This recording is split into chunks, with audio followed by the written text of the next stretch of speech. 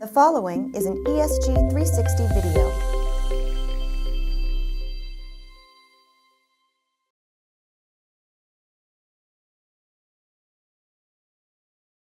I'm here talking SOAPA with Jason Rolleston, Vice President of Product Management for Security Operations Products at McAfee. Welcome, Jason. Hi, John.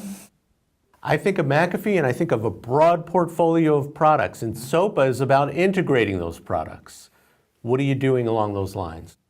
We started by building a construct for security operations, much in line with SOAPA, thinking about how we get the data into the system, how we share that data, make use of the data in form of analytics and finding signal from noise, and then how we transition to helping people investigate. By definition, that involves a number of products. So we're working on integration points at all of those levels and trying to think about a very holistic picture of that architecture and how all those products come together to really enhance the security operations function for a customer. Very SOAPA-like, I like that. Yeah. And so I think of McAfee, and of course I have to think of endpoint security. Now we had an interesting conversation at the RSA Security Conference. What's the value of endpoint security data to a SOAPA architecture?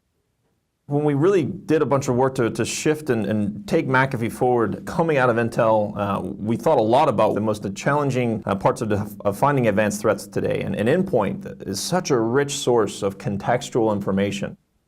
The same data you might be able to achieve and find in 3 places through the environment, much, much better if you can get it at the endpoint. You have the process, the user, all the rest of the things there.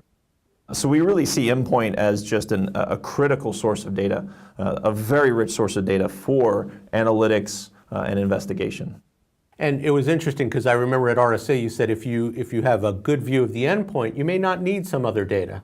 Yeah, absolutely. We talk about the same piece of data in a couple different places, found in the network, on a web gateway, or on an endpoint, just in the outbound IP traffic, for instance. The additional context on that endpoint of the users that are logged in, the things that they're doing, the other actions going on is so amazing. And if you have coverage of a good portion of the endpoint environment, you've actually got probably the vast majority of network data you might need.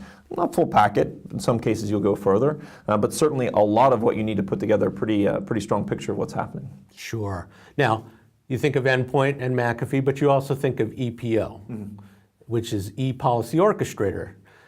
Where does that fit into the whole SOAPA, the McAfee SOAPA architecture? Yeah, EPO for us has been a tremendous asset, both for management of the endpoint estate, allowing us to really scale our endpoints to just phenomenal numbers of nodes. So we have really rich data inside the EPO infrastructure, which is also very useful, I think, in a SOAPA context, and something that we can start mining more than maybe we've had in the past. But secondarily, EPO is also this point of action, of orchestration, of kind of making commands, of segmenting or taking systems off the network or communicating with other tools. So EPO in many ways becomes a central point on the remediation side of things and the response side of things as well. Yeah, that's great because we too often get hung up on technology, but process is really important here. Yep, we find that a lot. A lot of folks, their technology stack in the SecOps space, and sometimes is kind of well ahead of their process maturity. Yeah, then that's got to change. Now, with integration, I'm an old school guy, and I like to think about integrating software using middleware. And I'm very intrigued by what McAfee is doing around DXL and around using Kafka, the open source Kafka messaging bus. Tell the audience about what you're doing there. So there are two really different challenges. So let me start with Kafka briefly because it's very related to the SOAPA architecture directly. Most SIEMs traditionally have taken data from the data sources, fed it into the SIEM, and then if you wanted that data, you try to take it out. Maybe the API is there, maybe it's not. Kafka to us was a way for us to ingest a lot more data, because we know that any SOAP architecture is going to require that for the analytics in particular. Ingest a lot more data and make that data much more freely available to the analytics functions, to the other things that would use it, without forcing it through the bottleneck of the SIEM. So it's a much more efficient way of gathering and sharing the data. So that's really what Kafka was all about for us in the SIEM. Okay. For DXL is a bit of a different one. It's almost a higher level construct, and this is about how we distribute information very efficiently to a large number of endpoints or other nodes in the environment, other products, so that we're not sending all those point-to-point mails and point-to-point messages. It's a message bus for distribution largely of threat information. This is a bad file, this is a bad executable, this is something you want to stop. How do we communicate that rapidly through the environment?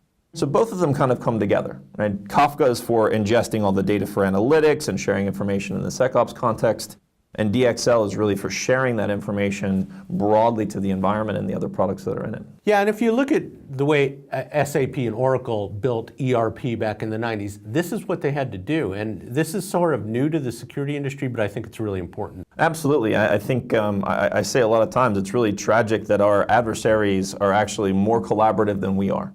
And so when we went down the DXL path and then opened up DXL and have now made it possible for anybody to interact, that was really our intent. And our hope here was to try and create a bit of that spirit of collaboration among security vendors and help the community come together a bit. Well, on that scary point, will you stick around for part 2 of this video? Yeah, I would love to. Okay, great. Thanks.